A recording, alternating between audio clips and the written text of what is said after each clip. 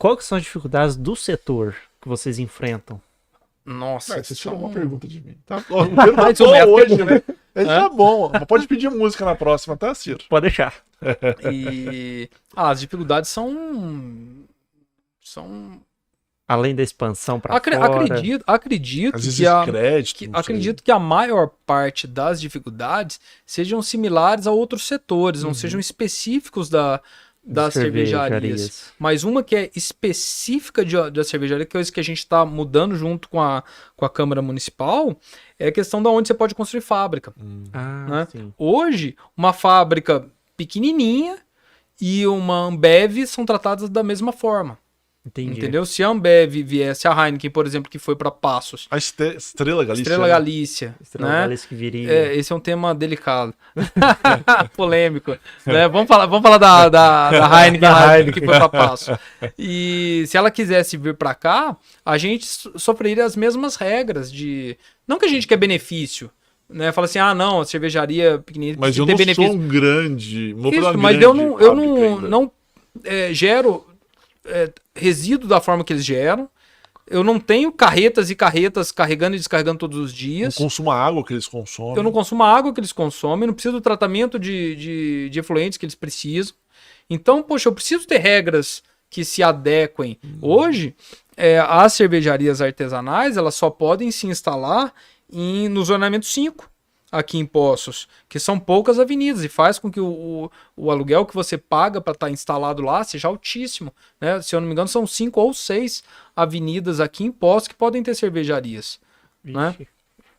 Então você Não não sabia pode, disso, você não não. pode montar cervejaria em qualquer local. E aí você vê que talvez uma ou duas concentre mais, porque às vezes as outras 3 já não seja mais tão interessante. E se você instalar. olhar pro lado lá da Gonçalves, você vai ver que a maior parte das cervejarias estão para lá. Sim. Você olha a Bones está lá, a Rio Beer, a Gonçalves, a Zil, né? Brasil, que é ali perto do shopping. Isso, no que é a coisa. mais nova. Sim. O Gorilas está aqui Começo do João no início Pinheiro. da João Pinheiro, né? A maioria tá para cá, Sim. né? Se for pensar, né? As que não estão nesse eixo aqui, elas produzem fora.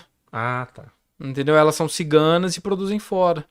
Então, é o caso da Border Brew, da Brix, apesar que a Brix é pra lá também.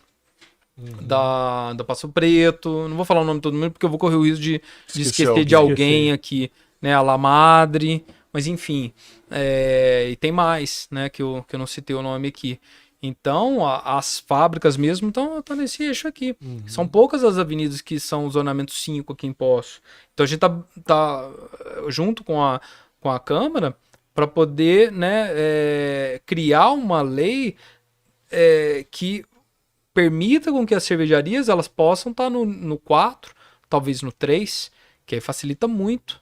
Né? Sim. Eu não tenho caminhão, facilita eu até quero pro ter turista. carretas, né, carregando e descarregando todos os dias, mas eu não tenho, né? E quando eu tiver, né, eu vou estar num local que seja apropriado para isso, adequado para isso. Sim. Manda ver A sua pergunta que eu queria fazer antes da gente entrar na pergunta da cerveja, e aí eu já vou entrar já na pergunta da cerveja também. Acho que é Belo Horizontina, não é a cerveja Belo Horizontina que teve um problema na fabricação? Da Baker. Isso. Acho Nossa, que outro assunto polêmico. A pergunta não é nem como é que foi lá, o erro lá, não é nem isso que aconteceu, não. O que eu gostaria de saber é, isso contaminou muito o mercado para vocês? Fala assim, nossa, cervejaria, aí tem que tomar cuidado, qualquer cerveja, então, vamos voltar para tradicional, sei lá, alguma Olha, a coisa gente assim. teve que se explicar bastante. Mesmo né? sendo vocês, né? Mesmo não sendo a gente. Então a gente criou manuais falando como que era o processo, por que no nosso caso não daria um problema similar. Então a gente criou manuais, falamos com os próprios funcionários, com clientes, com o público, o cliente. Quando eu falo cliente como cervejaria, eu não estou falando do cliente o que vai tomar de fato a cerveja, né? É o bar, o restaurante que compra nosso produto para revender, né? No consumidor final de fato. Mas para o consumidor final. Então a gente teve que se explicar bastante, mas não afetou as vendas, né, no nosso caso, da Gonçalves em si. Porque quando foi? Foi pouco antes da pandemia, né? Foi no começo de 2020. Foi no começo antes. E eu confesso uma coisa, quando explodiu isso, Eu tinha 2 semanas que eu tinha comprado 2 Belo Horizontina e eu tinha consumido as 2. Já começou a passar mal. Não, Só de pensar. não, pior que não. Aí eu fiquei naquela expectativa, né? Aí tava sendo qual lote contaminado. Aí tava sendo lá, toda semana sendo um lote novo. Aí eu falava, tô chegando no meu, tenho certeza. Mas aí não chegou, graças a Deus. Não morri. Mas de fato não afetou as vendas, não. As cervejarias mais próximas à região de BH, eu soube que tomaram uma invertida, um prejuízo legal por conta disso. Porque todo mundo associa.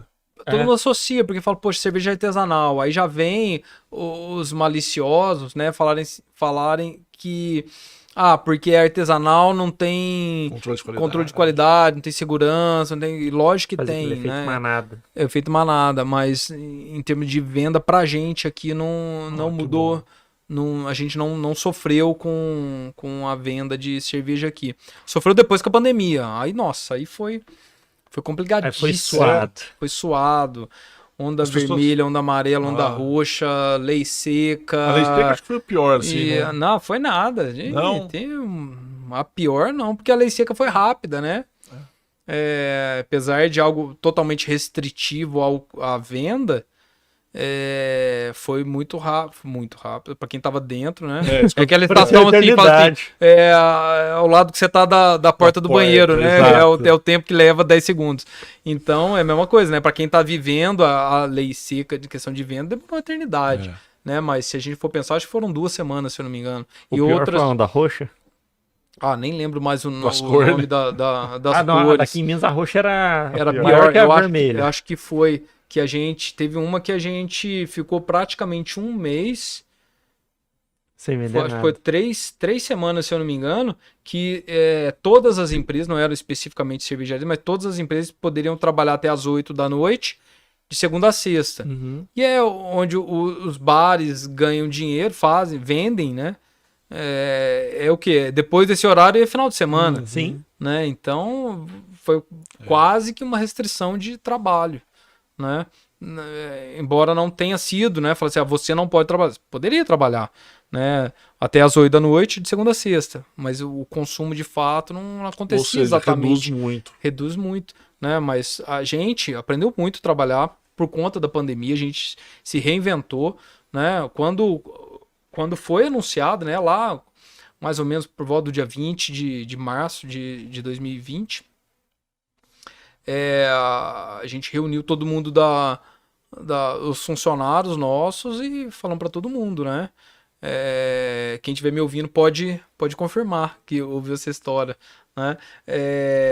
A única certeza que eu tenho, é que a gente vai sair mais forte dessa pandemia, né? E dito e feito, a gente se reinventou, aprendeu a trabalhar de forma diferente, criou novos produtos, reformulou a marca, fez a reforma, sai muito mais forte, né? Fizemos expansões durante a pandemia, então a gente saiu muito mais forte da pandemia. Não demitimos nenhum funcionário, né? Mantivemos todo o quadro, isso foi uma promessa que eu fiz para todo mundo lá, né? Falar, trabalhem como vocês nunca trabalharam, né?